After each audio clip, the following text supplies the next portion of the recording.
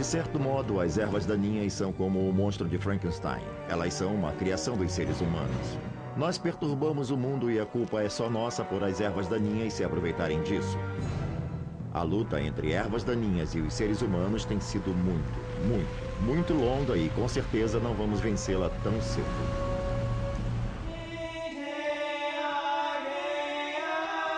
O mundo secreto dos jardins.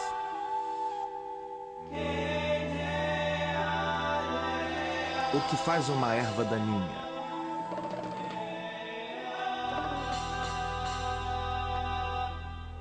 Distribuição sinapse.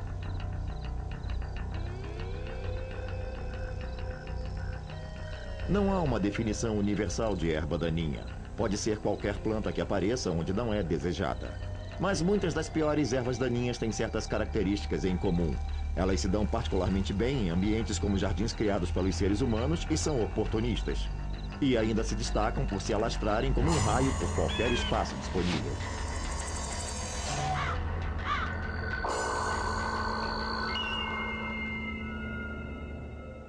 No início da primavera, as primeiras plantas que aparecem no meu jardim são as ervas daninhas.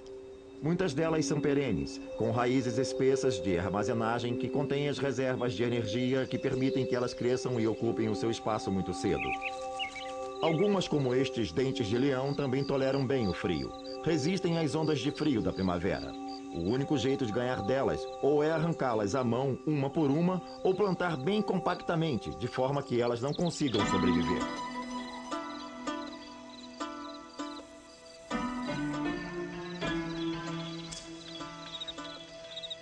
Os dentes de leão têm uma estratégia muito particular. Eles formam uma roseta baixa de folhas no chão e aí rapidamente cresce um talo alto. Lá, o mais alto possível, é onde vai nascer uma flor. E eles fazem isso muito rápido. Frequentemente se vê um gramado coberto de dentes de leão floridos, até soltando sementes antes de a maioria das outras plantas ter tido chance de chegar a crescer.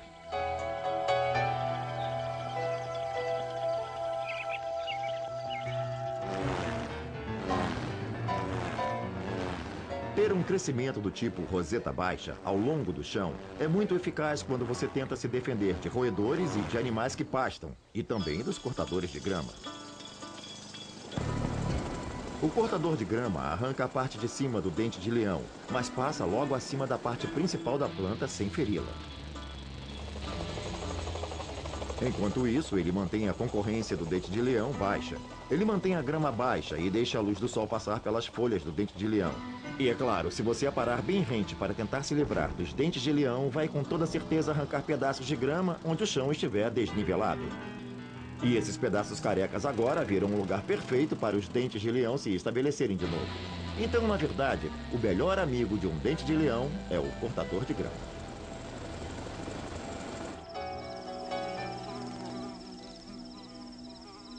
E é claro, a outra parte da estratégia. Quem está tentando ser uma erva daninha bem-sucedida tem que se dispersar eficientemente. E os dentes de leão fazem isso muito bem.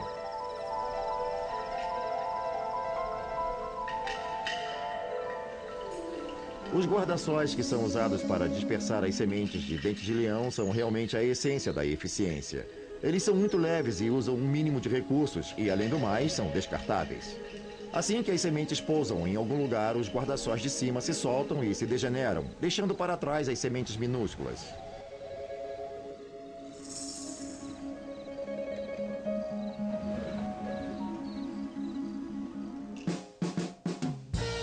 As ervas daninhas são muito caluniadas. Algumas são plantas realmente muito bonitas, mas todo mundo quer se livrar delas. Mas elas só estão tentando, como todo mundo no jardim, sobreviver.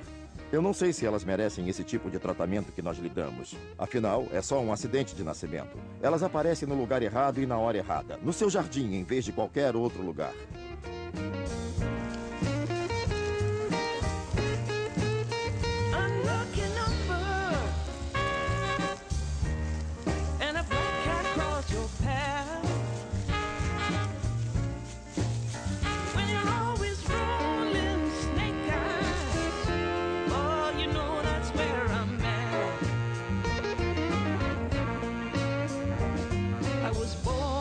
Tornado. My mama ran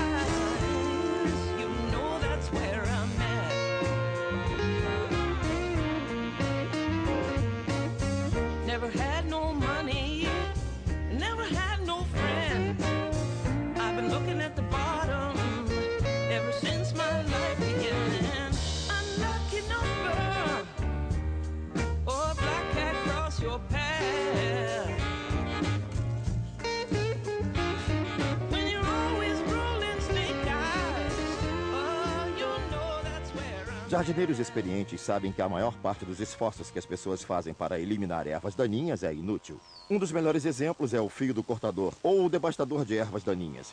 Na verdade, o que essas coisas fazem é arrancar a parte de cima das ervas daninhas, criando assim novas oportunidades para elas. E também cortam as plantas em volta, permitindo maior penetração da luz na própria roseta da erva daninha. E também pode ter o efeito de dispersar as sementes alojadas nas cabeças maduras de sementes, aumentando ainda mais o seu problema. Quase sempre um devastador de ervas daninhas é a melhor coisa que uma erva daninha pode querer ter.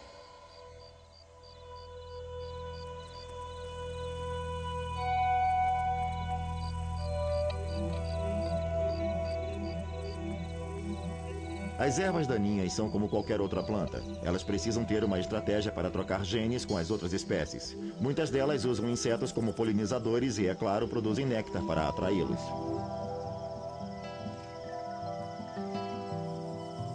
Muitas plantas desenvolveram relacionamentos íntimos com um determinado inseto e têm formatos de flores que são talhadas para favorecer este inseto e apenas a ele. As ervas daninhas, porém, não têm esse luxo. Elas têm que se mexer rápido e não podem ser exigentes. A maioria tem flores abertas que são muito fáceis para um grande número de insetos fazer uso. Isto significa que há muito trânsito interessante nas ervas daninhas e pode ser um lugar muito bom para um predador se instalar.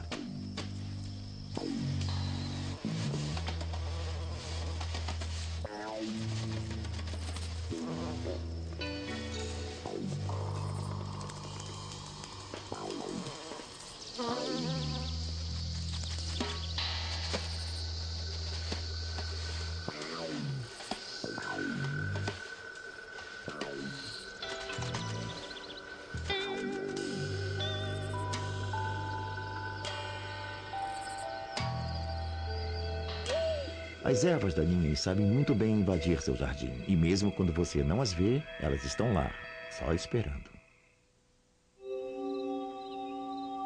Cada pedaço de solo que você escava é como uma bomba relógio. Neste punhado de solo há milhares de sementes só aguardando para ocupar seus lugares. Algumas vão germinar quase que imediatamente, outras vão esperar meses, anos e, em alguns casos, até décadas, até as condições serem adequadas para que entrem em ação. Em quase todos os casos, o que as ervas daninhas precisam para começar é de perturbação. E afinal, quem é que cria perturbação melhor do que nós? As ervas daninhas são especialistas em invadir locais conturbados. Na natureza, elas têm que esperar um incêndio na floresta ou um deslizamento de terra para limpar um local para si. Mas nós criamos tal ambiente para elas sempre que abrimos um espaço em nosso jardim. Ironicamente, o próprio ato de arrancar as ervas daninhas cria oportunidades para elas próprias.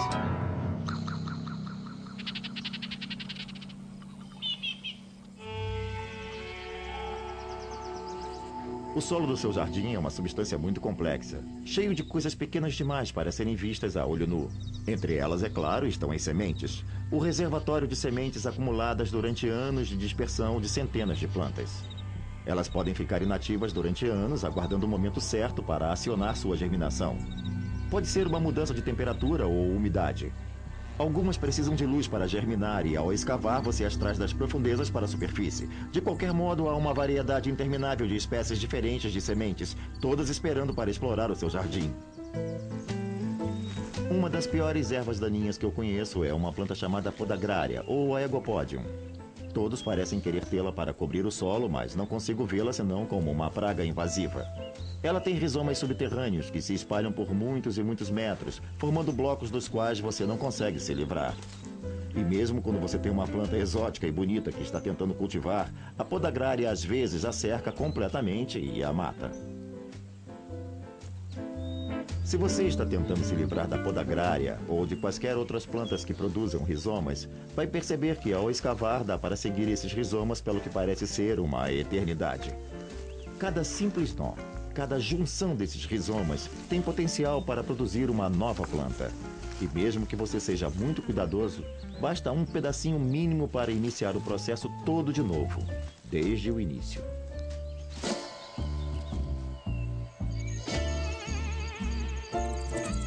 Uma estratégia muito eficaz das ervas daninhas é tentar crescer mais do que a concorrência. Um bom exemplo é esta ervilhaca. Muitas ervilhacas têm gavinhas que lhes permitem escalar outras plantas, espalhar-se sobre elas e capturar realmente toda a luz do sol, asfixiando-as.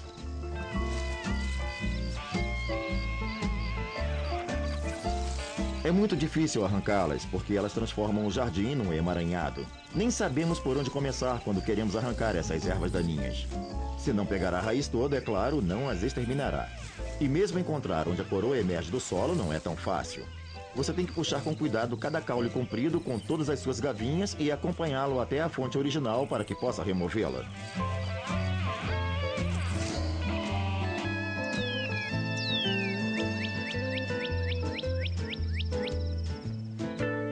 As ervas daninhas costumam cravar uma raiz comprida profundamente na terra. A bardana faz isso bem. Uma planta grande pode ter uma raiz principal com 1 metro ou 1,20 m. É muito difícil livrar-se dela, mesmo com poucos centímetros abaixo da superfície. Cada pedaço da raiz principal que se quebra e é deixado para trás tem energia armazenada suficiente para criar uma planta nova. Uma planta raramente conhecida como erva daninha é a chamada foguete dos dames. Muitas pessoas, quando a veem, referem-se a ela como flor da flama, mas ela não é a flor da flama. É uma erva daninha bastante bem sucedida, que tem um mecanismo de dispersão muito eficiente.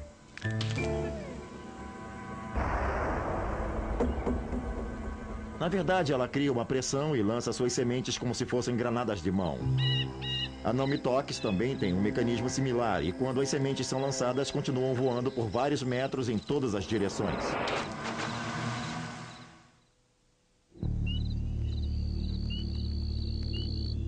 Há certas coisas que um jardineiro com certeza chamaria de erva daninha, embora um biólogo talvez não. Os brotos de árvores novas, por exemplo, podem parecer ervas daninhas aparecendo em grande quantidade. E é claro, quando um jardineiro encontra uma no jardim, ela é tratada como erva daninha. Mas as árvores têm uma estratégia muito diferente. Elas vieram para ficar por muito tempo. Elas não têm o crescimento rápido que associamos às ervas daninhas e pode levar anos até que produzam sementes. Mas se forem deixadas em paz, mais cedo ou mais tarde as árvores vão suplantar tudo no jardim. Elas só estão esperando o momento propício para crescerem o suficiente para abrir uma copa, colher toda a luz do sol que possam e transformar o seu jardim numa floresta. Uma planta em particular pode ser considerada ou não erva daninha. A decisão é sua. Por definição, erva daninha é apenas uma planta que cresce onde você não quer. Um exemplo perfeito seria a vara de ouro.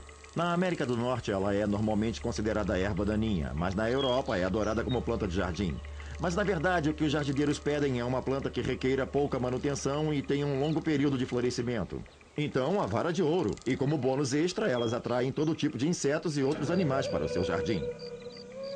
As varas de ouro são plantas muito difundidas que costumam ser encontradas em colônias muito grandes porque possuem algumas características típicas de ervas daninhas. Elas conseguem reproduzir-se rapidamente, produzem grande quantidade de pólen e grande quantidade de sementes, mas também conseguem formar uma colônia a partir de um único indivíduo, já que podem reproduzir-se vegetativamente. Sempre que você vê um grupo de varas de ouro, parece estar vendo milhares de plantas, mas na verdade é apenas um indivíduo geneticamente. O que torna as varas de ouro um componente ainda mais interessante é que elas são uma das poucas ervas daninhas que têm origem na América do Norte. Elas convivem com uma maravilhosa comunidade de criaturas que vivem em associação com elas. Elas são facilmente polinizadas por insetos, portanto, acolhem todo tipo de moscas, abelhas solitárias e outros. Quase todo inseto voador vem até elas atrás de néctar, e sua folhagem está quase sempre fervilhando de tipos diferentes de insetos, muitos dos quais não lhes causa qualquer dano sério. A planta ainda consegue ficar bonita e viva com a visita dos insetos.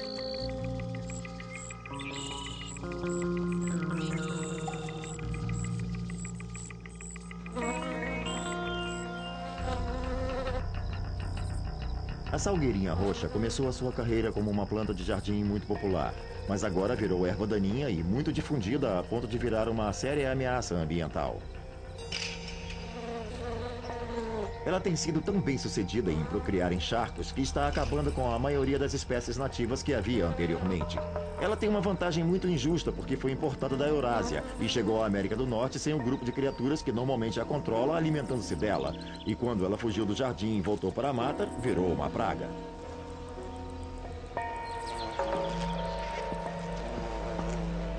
Os cientistas, num esforço para controlá-la, estão importando da Eurásia algumas espécies que se alimentam dela.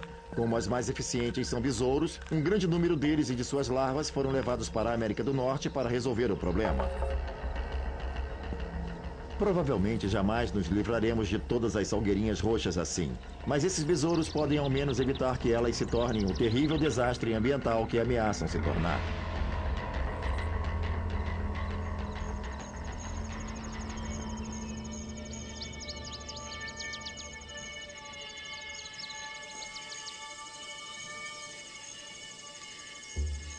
A asclépia é outra espécie nativa que pode ser considerada erva daninha ou flor de jardim, dependendo do seu ponto de vista. Um aspecto que a torna atraente como flor de jardim é sua deliciosa fragrância, parecida com a do lilás. E é claro, a fragrância também é irresistível para toda uma multidão de insetos que se alimentam de néctar. A asclépia é uma fonte de néctar muito popular e usa um truque muito esperto para ter certeza de que vai ser polinizada. A sua estrutura de flor tem uma abertura que pode prender a pata de um inseto e, quando o inseto tenta se livrar, fica preso a uma estrutura entrelaçada que é ligada a uma bolsa de pólen. Essa estrutura se enrola na pata e, quando o inseto finalmente se liberta, também leva uma bolsa de pólen.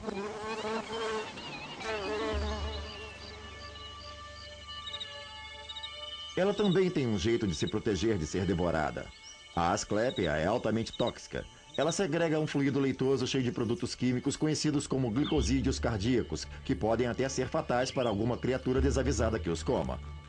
Mas há criaturas que já têm o conhecimento disso e até tiram vantagem. Vários insetos tornaram-se capazes não apenas de alimentar-se do leite da asclépia, como também tornaram-se eles mesmos tóxicos. O mais famoso é a lagarta monarca, mas também há outros, e todos anunciam a sua toxicidade com cores bem vivas, quase sempre vermelho, laranja e preto. Ao contrário da maioria das criaturas, eles não tentam se esconder. Na verdade, mandam um recado claro, avisando a quem quiser comê-los que o sabor deles não é muito bom.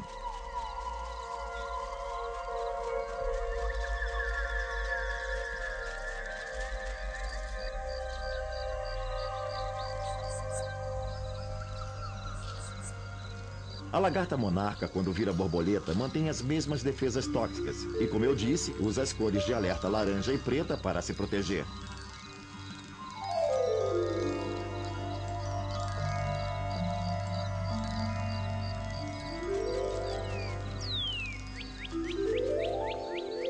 A borboleta adulta não se alimenta mais das folhas da asclépia, mas os produtos químicos ainda estão em seu organismo. Um predador inteligente não tenta devorar a monarca.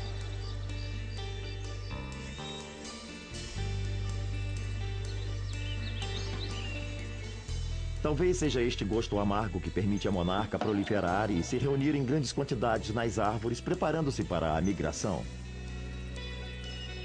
Qualquer outra borboleta em tal quantidade atrairia predadores famintos, mas as monarcas não precisam se preocupar. Quando as monarcas migram do México e da Califórnia para as regiões temperadas, é a asclépia que determina o quanto podem avançar para o norte.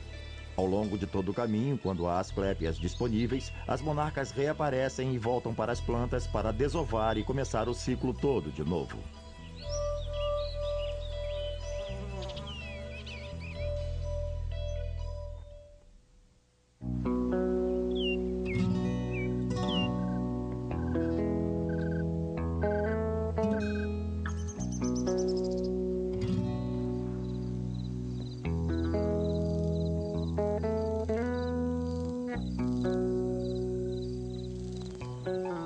O outono é uma boa época para exterminar as ervas daninhas do seu jardim. Como a maior parte da folhagem das plantas caiu, é muito mais fácil ver as ervas daninhas, principalmente as espécies que sobrevivem ao frio, como os cardos e os dentes de leão, que se destacam com seu verde escuro contra o fundo. É hora de controlar a população de ervas daninhas do ano que vem. Como as flores de jardim, há ervas daninhas para cada estação. Mesmo no outono, quando você tem aquele show espetacular de flores de jardim, também terá um show igualmente espetacular de ervas daninhas. Enquanto a maior parte das plantas está se encolhendo, se preparando para sobreviver ao inverno, as ervas daninhas continuam lá, tirando proveito da sua capacidade de resistir bem às baixas temperaturas. Muitas são bem tolerantes ao frio e podem fazer um esforço extra para crescer e atingir o auge na primavera.